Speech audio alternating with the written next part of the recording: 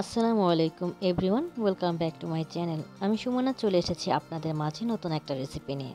আজকে আমি রান্না করব খুবই মজাদার মুগ ডাল দিয়ে চিকেন রেসিপি। এটা খুবই মজাদার এবং খুব সহজভাবে আমি আপনাদেরকে রান্না করে দেখাবো। আশা করি আজকে আমার এই রান্নাটা আপনাদের ভালো লাগবে। তো চলুন কথা না বাড়িয়ে রান্নাটা শুরু করি।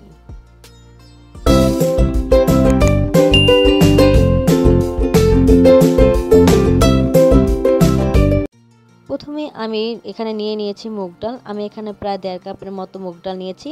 এটা আমি সুন্দর করে ভেজে নিয়েছি, আর ভাজার পর 10 মিনিট আমি সিদ্ধ করে নিয়েছি। এতে করে এটা কিন্তু বেশ সফট হয়ে গিয়েছে। তো এখন আমি চুলায় একটা প্যান বসিয়ে নিয়েছি। এতে আমি দিয়ে দিচ্ছি চিকেন, আর এখানে আমি প্রায় 1 কেজির মতো চিকেন নিয়েছি। আর এই চিকেনটা কিন্তু শুধুমাত্র হলুদ আর লবণ মাখিয়ে আমি এখন এটা একটু ভেজে নিব। চাইলে কিন্তু এটা স্কিপও করা যেতে পারে, কিন্তু আমি একটু ব্রয়লার মুরগি ভেজে তারপরে রান্না করতে পছন্দ করি, তো এর জন্য আর কি এটা একটু ভেজে নিচ্ছি। আর চিকেনটা কিন্তু খুব বেশি ভাজা যাবে না। বেশি যদি একদম ব্রাউন কালার করে ভাজা হয় সেক্ষেত্রে চিকেনটা একদম ড্রাই হয়ে শক্ত হয়ে যাবে, আর ভিতরে যে জুসিনেসটা ওটা থাকবে না। এর জন্য এই পর্যায়ে আমি এখন নামিয়ে নিচ্ছি।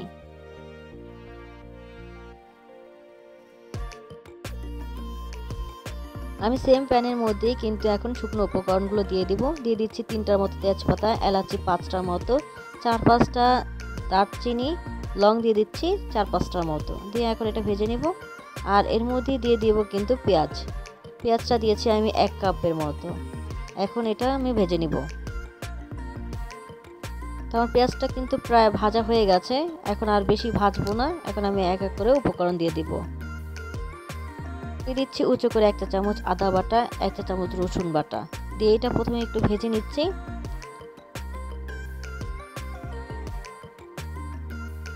আমার এটা ভাজা হয়ে গেছে। এখন আমি এর মধ্যে দিয়ে দিচ্ছি 1 চা চামচ হলুদের গুঁড়ো, 1 চা চামচ মরিচের গুঁড়ো, জিরা গুঁড়ো আধা চা চামচ, ধনিয়া গুঁড়ো আধা চা চামচ, দিয়ে আমি এটা নেড়ে চেড়ে নিচ্ছি। আর দিয়ে দিচ্ছি একটা টমেটো আমি কুচি করে রেখেছিলাম।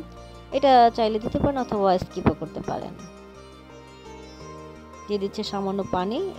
এর মধ্যে আমি এখন কষিয়ে নেব।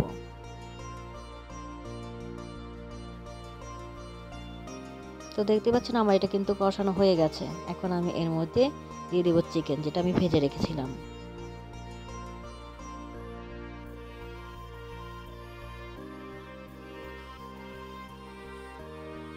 এখন আমি এর মধ্যে দিয়ে দিচ্ছি 1 চা চামচের মতো লবণ, দিয়ে আবার এটা নেড়ে চেড়ে নিচ্ছি। আর এতে কোনো পানি দিতে হবে না, এমনিতেই এ থেকে পানি বের হবে। তো দেখতে পাচ্ছেন এ থেকে কিন্তু পানি বের হয়েছে। তো আমি আবার একটু নেড়ে চেড়ে নিচ্ছি। আর এর মধ্যে আমি কিন্তু দিয়ে দিব যে ডালটা আমি রেখেছিলাম, সেটা দিয়ে দিচ্ছি এখন।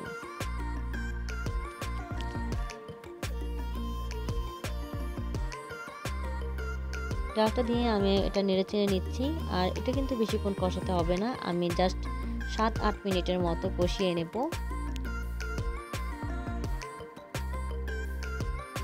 তো দেখতে পাচ্ছেন আমার এটা কিন্তু কষানো হয়ে গেছে। এখন আমি এর মধ্যে দিয়ে দেব পানি।